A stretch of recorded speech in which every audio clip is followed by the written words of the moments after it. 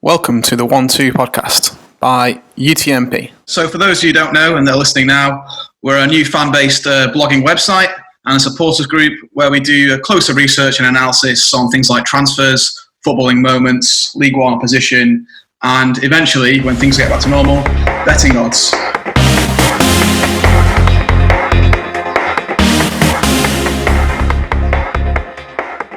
Chris, it's obviously called the 1-2 podcast. So, would you like to recommend to us another fan that can feature on our next show? Yeah, definitely. We'll have to do Michael Jarvis. Unfortunately, we've been unable to get a hold of Michael Jarvis this week, but in the meantime, we've got some bonus content from rival fans. Today's show features Rotherham fan Liam Dither-Smith, Tom Johnson, and filling in for Ben, last week's special guest, Chris Porter. Morning. How are we doing? You alright? Yeah, good chance. You? Presuming you met the guys already? Yeah, I've just had a quick chat. Yeah, good to have the Rotherham presence amongst us. Delighted to be asked. I'm now to come on and chat to people. Okay, so why is the nickname Differ? It's a strange one. It followed me around. It was my dad's nickname when he was in school. So like his mates and my mates are sort of similar age. So his mates had kids at the same time as he had a kid, and obviously we became friends. And his mates called him Differ Junior, and then the junior dropped. And then I went to college with some mates, and it stuck. And then I went to uni with some mates, and it stuck. And even though I went to the same uni as Porter, there were only three of us from like Rotherham, and they obviously called me Differ, and then it just spread around campus. And it's weird now because I sort of don't really respond to Liam as much anymore. It's certainly strange, but it's my dad's influence, and it's better than Smithy, which is the sort of standard nickname that you give to everybody. So I love that. Awesome. So I don't mind Diff, Liam, anything. I've been called a lot worse in the time. Okay, so the first question for us from me: why do so many Rotherham fans seem to have a distaste for Jerry Yates? What are your thoughts on Jerry Yates? Well, I think that's a surprising one because obviously he's come through our academy, and we've not had that many academy players in recent times. I think we've had two or three that have come through in the last maybe 10 years, and you always, when you get that lad come through from under 14s, under 15s, and he progresses through to reserves at first team, you really want them to do well, don't you? You want them to progress, you want them to score.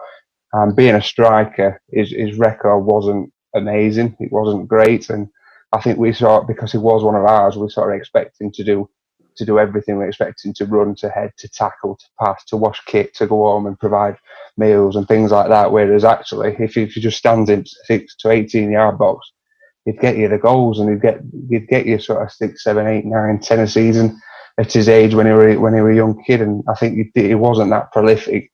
And where we were in sort of Championship and League One, if you're not scoring as a striker, you're not going to get a good running team. And unfortunately for Jerry, it seems that the fans almost sort of turned on him. I wouldn't say they distasted him, I wouldn't say they hated him. I certainly didn't get that impression. I just think as football fans, you don't have much patience with forwards, and if they're not scoring, they quickly fall out of favour, don't they? But it's a shame to see him go. I'm a little bit disappointed. I'm a little bit gutted. It would have been nice to have kept him.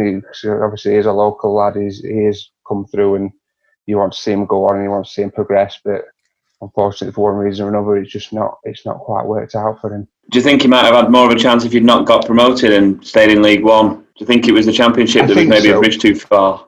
Yeah, I think that the last time we were in the Championship, he played sort of 20 odd games, and it's a tough old league, that Championship. You've got defenders there who are international players and experience, and then you've got a 21, 22-year-old kid from Rotherham who sort of looks a bit out of place. He's not the biggest, he's not the most sort of physical, but I reckon he's a finisher. I've seen him his positioning, I've seen him score a few goals, and if he could have got that running team, he could have picked up 1 or 2. I think he only scored 2, maybe 3 league goals for us throughout his career, which doesn't say much, but you see him at Swindon last year, and he was sort of tearing it apart with Owen Doyle up front. And I think if we didn't get promoted, he'd have had a lot better chance of getting a running team League One following his Swindon exploits this season.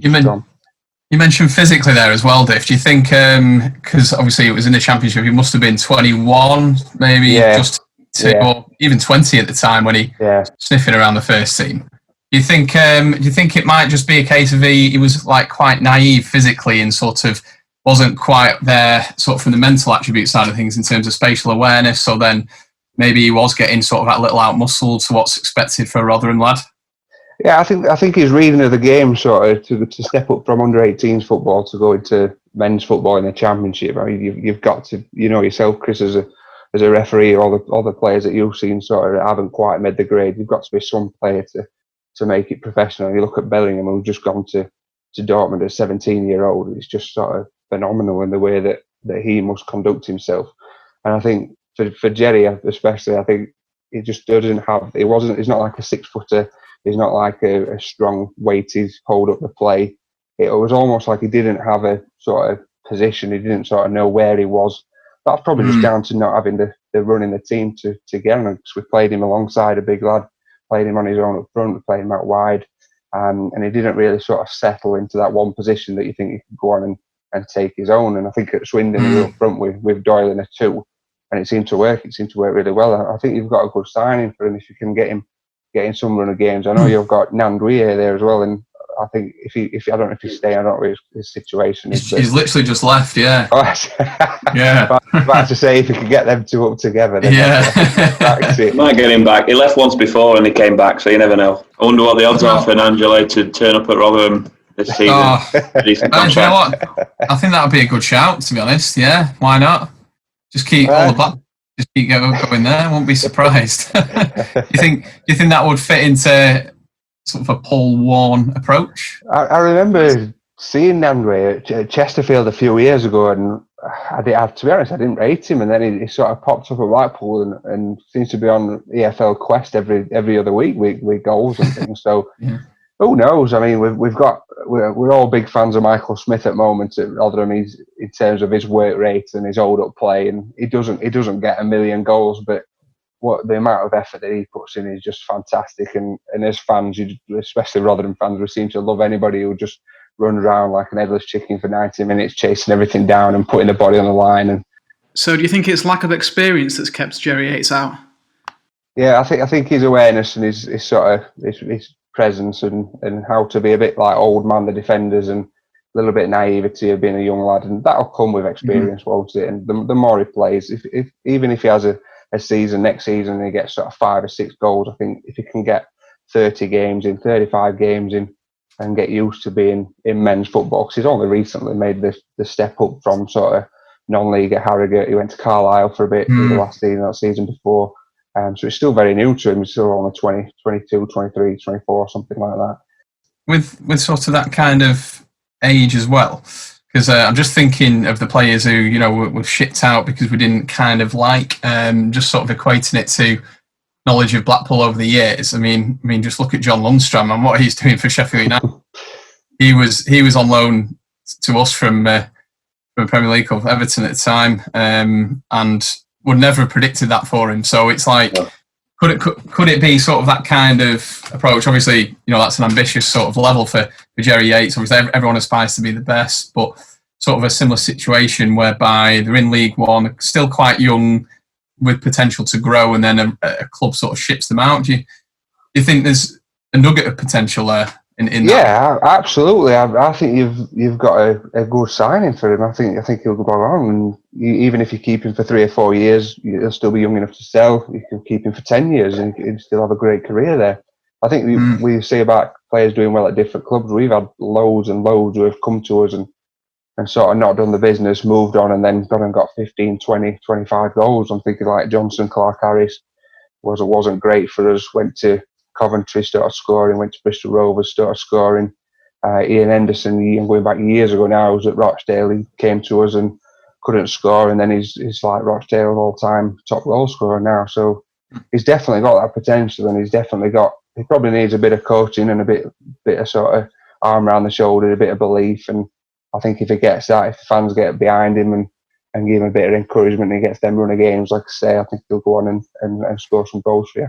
We've signed like a sort of, I wouldn't say similar player, but I'd say sort of similar age and making that jump up in Nuttall, Joe Nuttall. And he's just not done it. He's not performed. And I think falling out of favour, I guess, I think similar sort of things happened with Jerry Yates at Rotherham, but recently he's actually started to prove his worth. The thing that he said about him playing up front with Doyle, I looked at a stat, and every time Doyle wasn't playing, he took that central role, and you think he scored every time. So he stepped up and put goals in that central role, but then also has learned how to have the versatility of playing out on the left, where he was pushed when Doyle was in the team. We paid $750k, I think it was, for Joe Nussle, which was quite a high fee. We're rumoured to have paid around $200k for Jerry Yates. What's your thoughts on that? Is that a good fee? Is that value for money? I think that's good value for money. Yeah, I think from a Rotherham point of view, maybe disappointing purely on his age and the fact that if we'd have kept him in and he had a great season, or if he goes and scores 15 goals next season, there's an instant plus value to that. I think this day and age, £200,000, it's not a lot for a striker, especially. And if he can discover that touch and get those goals, you've got yourself a right bargain there. Yeah, we paid similar for Ryan Hardy, who again got a little bit of a sniff at the start of last season, didn't really hit the ground running, and then we sent him to Plymouth on loan. And there's rumours that Plymouth, after having a good season there, Plymouth are wanting to pay a similar fee for him. So even if a similar thing happened with Yates, you'd expect we can make the money back, even if he has to go out on loan back down to League Two. It's a very low risk because we've got sort of those 3 years. You would not expect us to lose money on that, a player like that. He can only go upwards really in his value. Yeah, when you say about different fits, and we had Kiefer Moore when we were in Championship last time. We got him on loan from Ipswich, and then by January Barnes had paid however much for him, and then Wigan paid millions for him, and he was not even getting a look in at Ipswich Town. So I think you're right. They send them out to different clubs, different managers, different coaches, different playing styles, and they will fit. And I'm sure the guys at Blackpool have looked at how Rotherham United play and how Swindon play and how Carlisle play, and sort of think, well, what's the best way that we can get something out of Jerry, and they'll bring that to next season.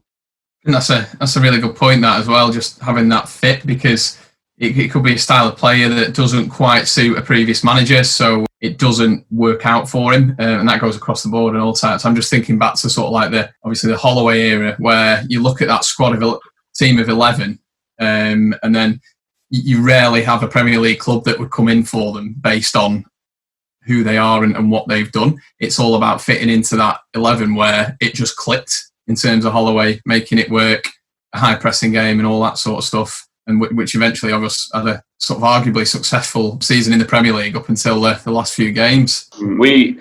We did a bit of analysis on Yates in one of our blogs, which touched on he played slightly off on the left, so maybe in a front three with someone leading the line, the likes of Gary Medine or Joe Nuttall, and him coming in off the left. Have you seen much of him in that sort of forward three coming in off the left? Yeah, we've had a fair bit of success with that. But then this season, since Paul Warren's come in, I think he really fancies wingers, so he's really gone for sort of your out and out wide players who hug the touchlines, whip the crosses in.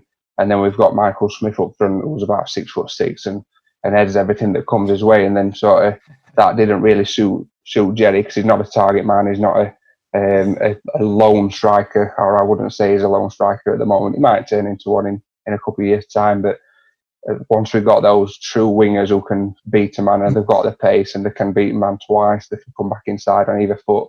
He sort of wasn't getting in on the left wing either, which is probably why they shipped him out to Swindon. From the many players that have played from Blackpool, a few of them in recent times have found themselves at Rotherham. The likes of Clark Robertson, Kyle Vassell and Curtis Tilt most recently. Who has been the best acquisition, would you say?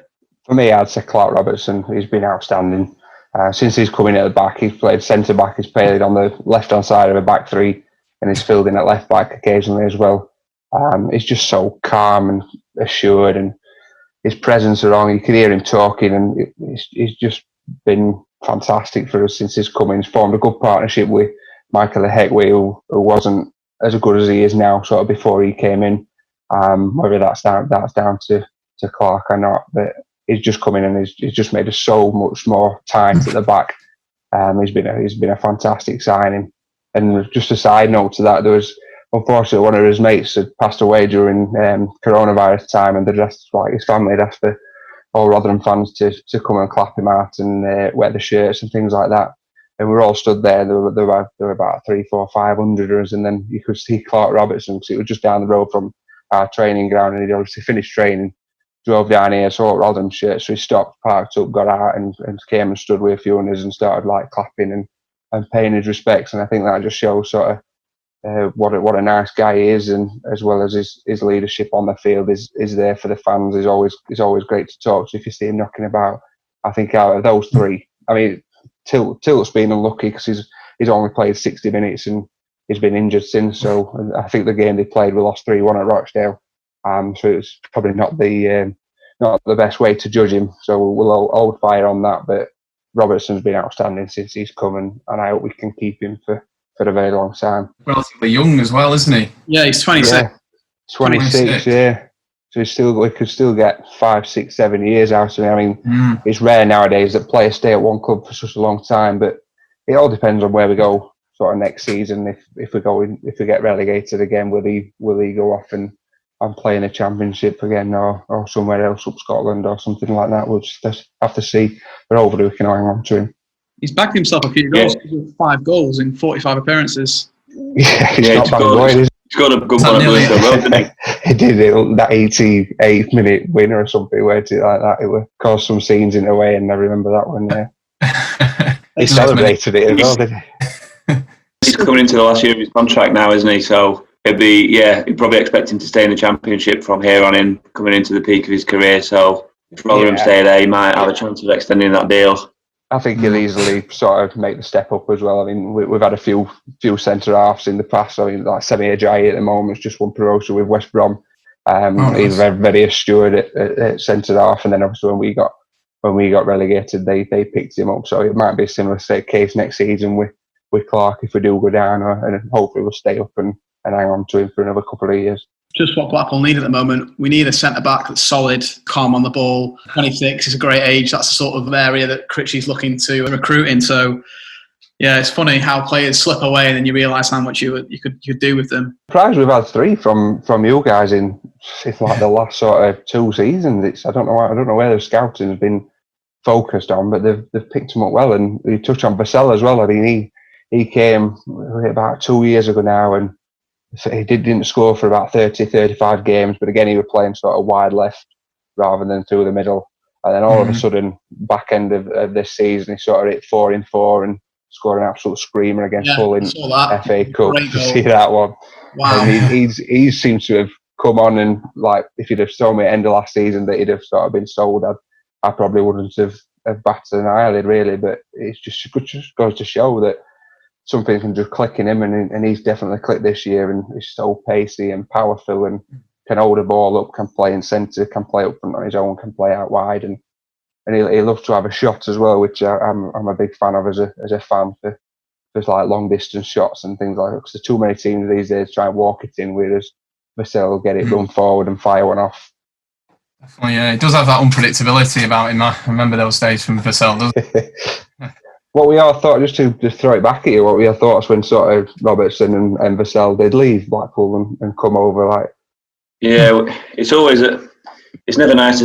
I think Blackpool fans would like to think we're a bigger club or we've got similar recent history to Rotherham, so it's always disappointing to see us lose a player to a club the size of Rotherham. With Till, you could kind of understand in January you were looking likely to get up into the Championship, and you don't begrudge someone making a step up, but losing. I think Robertson were we in the same league at the time, maybe. I think Vassell were in League 2, so we maybe lost him to the Championship. It's always just a little bit disappointing, particularly the old regime. So you'd like to think in the next couple of years we'll be keeping older players like that against those types of clubs.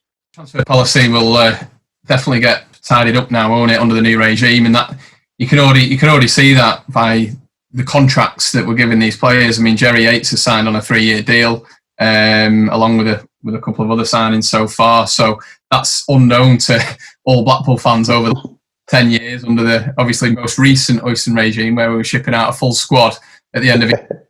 Of course, we were looking at 11, 15 new faces every year. So to see that kind of deal, it's really promising from our perspective. And then obviously if things are progressing with certain individuals in the future who are looking to move on, we're thinking naturally they're going to be going to up the leagues as opposed to a similar size club at the time, and looking at higher transfer values really. Yeah, definitely.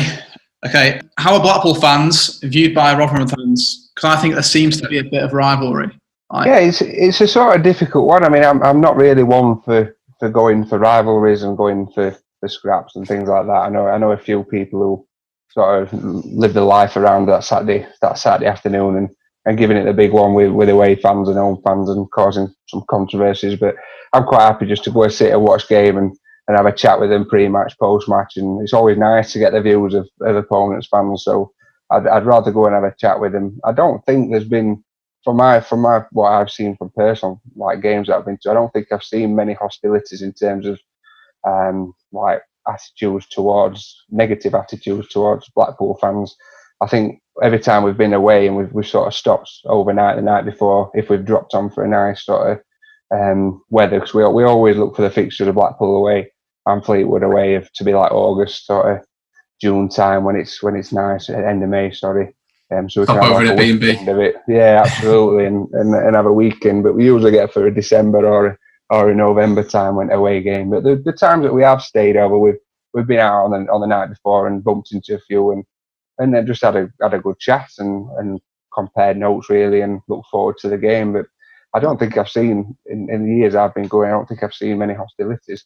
I don't know what you guys saw. It's interesting to see that you've posed that question. So yeah, well, I think I've just done a bit of a few keyboard warriors, I suppose. Just giving it the big one. I think it's just over. It was mainly over Yates. Like they were loving the fact that they were going to get, or they were thinking they were getting up in the region of 500k for him, and they were just like laughing about it. And yeah, it was. I guess it was more directed at can't believe there's a transfer battle over Jerry Yates. I think that was the general gist of it. But there was also a bit of afters as well, which is always going to happen over like the media. But I just the media. I mean, but I just I just wondered if you'd ever come across of any fans that generally didn't like Blackpool or Blackpool fans. But it's nice to hear you say that you've been able to come over and stay over, and people have been just generally pleasant. Yeah, we never have a problem. Sorry, Tom. We see, we always seem to be in a similar division, like between the Championship and League Two, particularly in recent years. Obviously, we'd like to see our club getting up towards the Championship and above, which we feel we sort of belong, I guess. Whereas Rotherham typically over the years have been sort of generally League One with the odd flurry into the Championship. Yeah, we're definitely punching above our weight in the Championship. I think from where we came, League Two. For years and years, playing at Don Valley Stadium, being exiled from Millmoor. Even I don't know if any of you guys went to Millmoor, but that sort of weren't the nicest of ground. I mean, we all love it as Rotherham fans, and it'll have so many special memories. And we've seen so many good promotions there, and big teams come down. And I remember like West Ham came down with Defoe and Glenn Roeder managing, and refused to get changed in changing rooms at Millmoor, and then we went and beat them 1-0, which was sweet. But to get kicked out of that, to go to Don Valley to play miles away from the pitch with about 2,000 fans in League Two, we're minus 12, 15 points, whatever we were, with Bournemouth and Luton at the time. One of them were on minus 30, I think. Then to go back to New York Stadium, I think a lot of Rotherham fans, they're now maybe getting to the age where they didn't see the Millmoor days. They only know the New York days. It's been about 10, 12 years now since we've been in. So some of those keyboard warriors that you mentioned, maybe people that are just desperate to get a wind up, to think that they are like the big I am and get a reaction from it. But we've always had a good time. You're definitely one of those clubs that can't decide whether you're a Championship club or League One club, aren't you? No, it's usually between us and Barnsley every year, isn't it? We tend to swap places, but it'd be nice to play them next season, actually, because that'll be a nice game. But you're right, us and Blackpool have spent a lot of time together, but I think we've got a really good record against you guys in recent years, so that obviously helps, doesn't it? Yeah, I remember I had the pleasure of going to Millmoor in the 06-07 season. I think it was the last defeat we had before we put together that perfect 10. We got promoted to the Championship for the first time in so many years. And I think he beat us that night 2-0. It was a miserable Tuesday night, so that sticks out in the memory. Yeah. Certainly last season as well, where you were, I think, third at the time, just obviously before COVID all took off. Was it 2 or 3 games before lockdown we played you?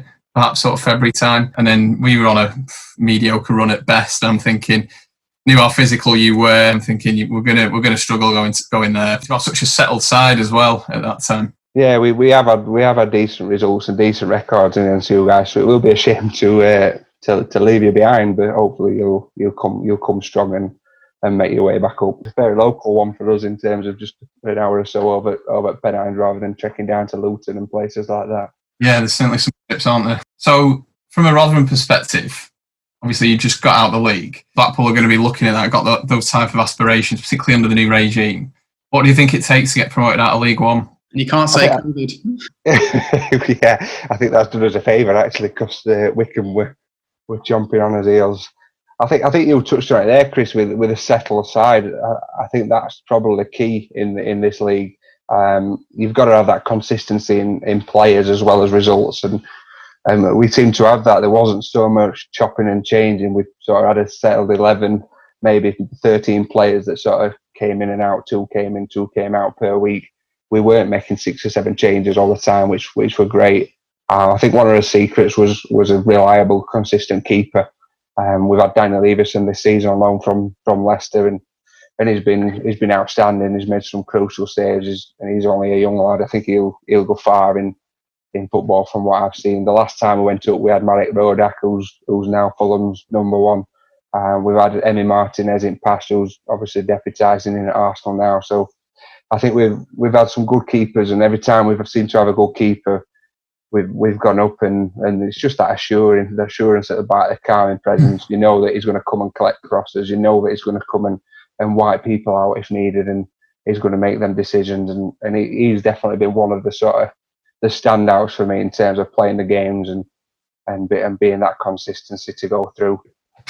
It's interesting you say that, because Blackpool had a bit of an issue this season with keepers in terms of we got Alwick in and he got injured, and then it kind of fell apart after that. He got injured, started losing games, and we couldn't, like Howard was injured and came back and wasn't at his best. And then eventually we got Maxwell and things started to seem like they were starting to gel again. So yeah, it's really interesting that you mentioned keeper and like a leader sort of type player, because we definitely had problems in that. And I never would have thought actually it's down to the person between the sticks. Yeah, it's a position that sort of gets overlooked, I think. I mean, you look at your strikers, you look at your creative midfielders, you look at your fullbacks going forward. But I remember watching something on TV, and I don't know if it was Tony Adams or Lee Dixon or one of those guys that said every time David Seaman played, they just went out sort of knowing that they were going to win. When he missed the odd game, and they had sort of the backup goalkeeper, and it just made them nervy, and they were making mistakes, and they weren't sort of sure whether or not he'd come for things or whether or not he'd be. Where's his positioning going to be? Which foot does he want his back passes on? And it just sort of unnerved him that little bit. That I think that's what similar thing is all down through the levels. If you know you've got your keeper coming behind you all the time, I think that's just going to settle you as a player. Whereas if somebody deputises for somebody even for one game, if they've had a sending off or an injury or something like that, you're just going to be a little bit unsettled. And I think that's going to be a secret to get a good keeper, get him playing 46 games or whatever it is. And then it just breathes confidence throughout that back four. Yeah, that's similar to what we've had in our recent promotions, or semi-recent, in terms of when we went up in that season I mentioned, 06-07 up to the Championship. It was when Paul Rahubka sort of came into the team and we ended up. I know Joe Hart gets a lot of plaudits for his role in those perfect 10 games, but Paul Rahubka was very calm between the sticks in that step up to the Championship. And then the step up to the Premier League, we had Matt Gilks, who was phenomenal, even got linked with a move to Arsenal, I think, in that January transfer window in 2010. So I agree there, what you say, the keeper makes a world of difference. And that's what the 2010 players say as well. They say once we lost Matt Gilks, they put that down as half the reason why Blackpool got relegated from the Premiership, which is another interesting point. Yeah, I think that's one of the main reasons. I mean, we've sort of, there was a stat that came up on the playoff, either semi-final or final, that most goals scored from set pieces were from Rotherham. And I think you mentioned it, Chris, as a sort of physical team, and we were, and we sort of made no sort of apologies for that. We've got some real tall players who are quite sort of stocky and muscly, and they've got that power. And we play for throw-ins, we play for corners, and we aerial bombard. But we can also play the football when needed. We've got some pacey wingers that get down the wings, that cross it across, and there's like Michael Smith and Matt Crooks arriving, and we're scoring a lot of goals through that. We're playing such a pressing game. I think that comes from Warren in terms of like his background as a fitness coach, that we must be one of the fittest, if not the fittest team in that league. Just in terms of the last 20 minutes, you can see teams wilt, and we're still pressing and we're still chasing. There's 3-4 guys chasing down every ball.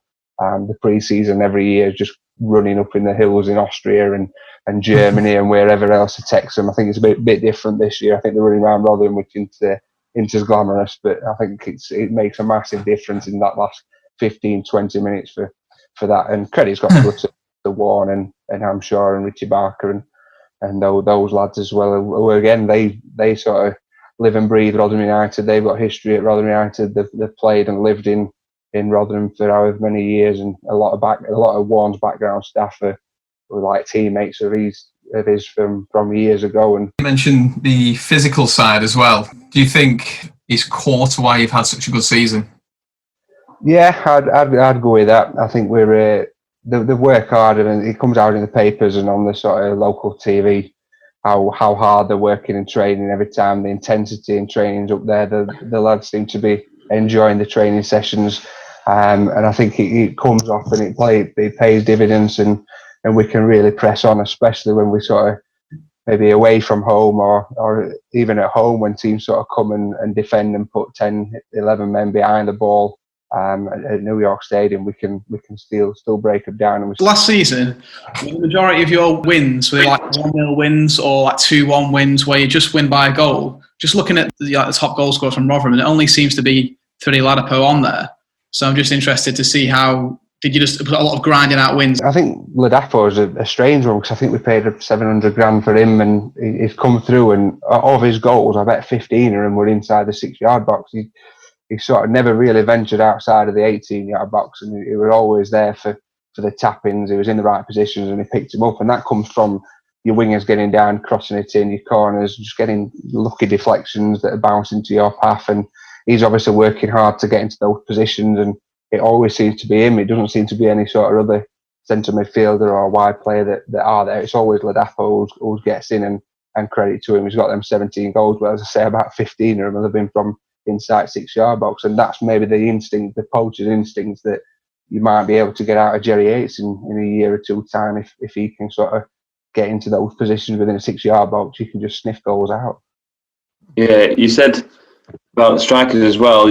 Only Peterborough actually scored more than Rotherham last season. I think it was you and Oxford. They were joint with 61 goals. Peterborough got 68, and that goal difference is amazing. It was a really tight sort of league, wasn't it? So that goal difference could have come in really useful. It is. I mean, Peterborough had a fantastic side. I can see why they sort of kicked up a fuss about not finishing the season or not doing the points per game, because you look at some of their attacking players, especially, and they'll do very well to keep them at the club next season. But yeah, you're absolutely right. The goal difference comes in, and again, if we can keep that back four settled, that back five settled, hopefully, Warren's looking at making sort of 6 or 7 additions to the squad that we've already got. But personally, I think we're in a better position this season going up than we were when we beat Shrewsbury in the playoffs 2 years ago going up. I think we've got a much stronger side, a much more settled side, and probably a more experienced side to what we had then. Keep your hands off Blackpool players anyway. You've got too many of them. Well, we'll see. We'll see what goes on. I thought you were very lucky in the end to get automatic promotion. You obviously won one of the last 5 games. So do you think you would have made it if COVID hadn't have come in and you'd finished the season? Personally, no. I don't think we would have. I think we might have slipped at playoffs. I think we would have gone into playoffs, but I think we've dropped on with not having to. I mean, Coventry finished unbelievable. I think they'd have run away with the league. But Wycombe were the one for me that they were up and thereabouts all season, and you just saw what they've done in the playoffs, and they've bossed the playoffs. And I think we'd have really struggled. They were only 3 points behind you with a game in hand, weren't they, Wycombe? So yeah, I thought it was a bit of justice, really, that they went up through the playoffs. It is, and Wycombe's one of the grounds that I've not been to. I've not been to many grounds, and Wycombe's one of them. So I'm hoping to get there next season. So I'm glad that they've come up. But I agree with you. I think I'll hold my hands up to that and say that we've probably got away with one there, but we're not complaining. Yeah, take what you can get. Final question then from me. Where do you think Rotherham will end up in the Championship? Oh, I'd bite your hand off now at 21st. I think I'd take that and stay up for as long as we can. I think they'll have any signings that come probably know that they're coming for a relegation battle, which is probably why we won't get signings that come from top Championship clubs or Premier League clubs. We might get the odd League One signing to come and have a season in Championship and push on. But if you offered me 21st now, I'd take that without a shadow of a doubt. I'd even take what Barnsley have done. I mean, there was something I saw the other day. They've been in bottom three since 15th of September, right up to 93rd minute of the last game of the season where they got out in it. And I think we've got to look at teams like Barnsley and Luton and Wickham, and we've got to be taking some things off that because there's just some huge teams in that Premier League that it's pretty much a free hit for if we can take points off your likes of Derby and Forest and Norwich and whoever else comes down, Villa, Bournemouth, Watford. There's just big teams. I'd love to finish 21st. It's going to be an hard season. Like I said, I think we're more prepared than we were last time. So I don't think we'll finish second bottom, but you just don't know. I mean, you look at Wigan and Sheffield Wednesday this season with a points deduction, and that could come again next season and do us another favour. We might have COVID Mark II and stay up this time next year. Who knows? Do you think some of the smaller clubs and smaller followings may have an advantage due to obviously crowd restrictions at the moment, with limited fans going to be brought in to say look at maybe a third of the ground with social distancing and all that kind of impact? I probably tend not to agree with that. I think as players, some players will be more up for it with a full crowd and need that atmosphere to thrive on. But I think a lot of players will be quite happy to play in front of empty stands and not have the fans on the back when they've misplaced a pass and if they've missed a golden opportunity and the red goes down, that they won't have people having a go at him and things like that. They might be a little bit more relaxed and play a little bit better. So I don't think there's going to be a disadvantage in that terms. No. That's interesting. To argue the other way, I would say that the people within the stadium makes them not want to mess up, so they perform better. Just from looking at the Prem, for example, they'd almost look too casual sometimes. But yeah, I get it as well, because we've been through a bit of a patch where we've not had any fans because of boycotting, and they didn't necessarily like combust or do terribly. They managed to maintain a level. We come down to the individual, won't it, and sort of how they motivate themselves, and then with less fans, maybe it is going to be more of a challenge for various teams and various individuals, depending on those personalities. Yeah, there will be those players that need people singing and shouting and screaming and all the sort of atmosphere that comes with it. There'll be people in the dressing room that are sort of hitting their heads on changing room doors on the way out to try and pump themselves up, and they will feed off that crowd energy. But I think there'll also be a lot of players throughout teams that will be quite sort of a bit more relaxed about playing and be able to get on with it without that pressure of the fans there and maybe enjoy it a little bit more. Who's the Blackpool player, lads, that'll bang his head on the door on the way out? Oh, let me think. One at every team. I'm just trying to think who it is in ours. I can categorically say it's not Nathan Delfonso, 100%. He's one of the most calm individuals I've ever been involved with in a football game. On the line for one of the pre-season games up at Barrow prior to last season, and just in the tunnel, everything. He is the most sort of resolute, calmest individual I've sort of seen in that kind of league where there is a lot of aggression, there is a lot of a personality assertion to rile yourself up, and maybe that's one of the reasons why he stuck with us down the leagues. I don't know. I tell you who's banging heads: Gary Medine and James Husband are nutting each other. Yeah, James Husband's one, isn't he? Definitely. Loves a hard challenge, does James Husband. Yeah, the other one I wanted to ask about, Liam, was about Sean Barker, because I know he had a fair few number of appearances for Rotherham before he came to Blackpool. Yeah, he's a bit of a legend at Rotherham. I think actually he came through our academy as well as a kid. Went on to make hundreds of appearances and did well for himself once he'd left. And I think he's a bit of a legend at Derby County as well. Went to Burton for his twilight of his career, but again I think injuries halted him.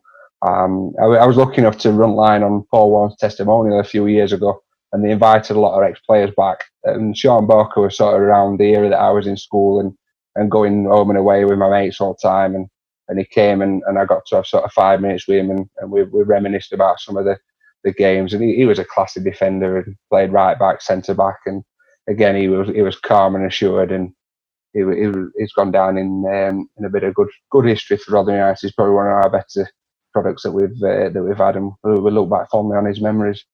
We were lucky to get him at the time. I remember, obviously, like we said, Blackpool and Rotherham have had similar recent history. So to take a player, one of your best players at the time, and slot him into the side, and he helped us get through the divisions and went on to, I think we got £1 million for him. So really good signing from our perspective. Yeah, we've done well. Yeah, he was a fantastic player. Have you been to New York Stadium and sampled that? Yeah, I know we've touched on Millmore. No. Have you not been now? If you have, what do you think of it?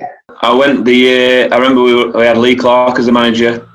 First time I went, I think we equalised. I think Gary Medine equalised. We drew 1-1. I'm pretty sure, or we may have just narrowly lost the game. But yeah, it was decent. Much of a step up on Millmore, I thought. A little bit of character to it. So yeah, not a bad ground. I remember I once went to Bloomfield Road, and I was on the end that was sort of, it was scaffolding at one point, not long back, with open end, and it absolutely chucked it down all game through, and it was just so cold. That wind off Irish Sea was blowing in, and awful. I can't even remember the score, but it was a very wet and windy night that I'd not returned since. I don't think I've been back since.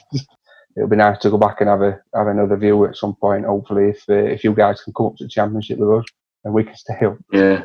The one I'm talking about was when we went down from the Championship. It was Davis that scored the goal, not Medine. When we were rock bottom of the Championship and managed to get one of the very few points we got that season. And cheers for joining us today. Appreciate it. Thank you for having me. I apologise for the accent if I've bored you all to death. Keep up the good work, lads. I listened to your first one the other day, and I enjoyed what I hear. So I'll be tuning into them all from now on. So keep it up, well done. This one's going to have to be is it a vodcast, do you call it, where we've got to put subtitles on so people know what you're saying. If I'm ever around here, give us a ring if you're around a game, and hopefully we'll go in and have a beer pre-match and share some thoughts again. Quality, would love that, mate. Thank you. Excellent. Cheers for having me, guys. Cheers. See you, mate. Take care, lads. Take care. Yeah, nice one, Liam. Finally, just a quick word to our listeners. Thanks so much for all the support so far from the UTMP. To get more involved with fan reaction, pool news and further competitions, make sure that you sign up to our blog page and also follow our social media pages on Twitter and Facebook.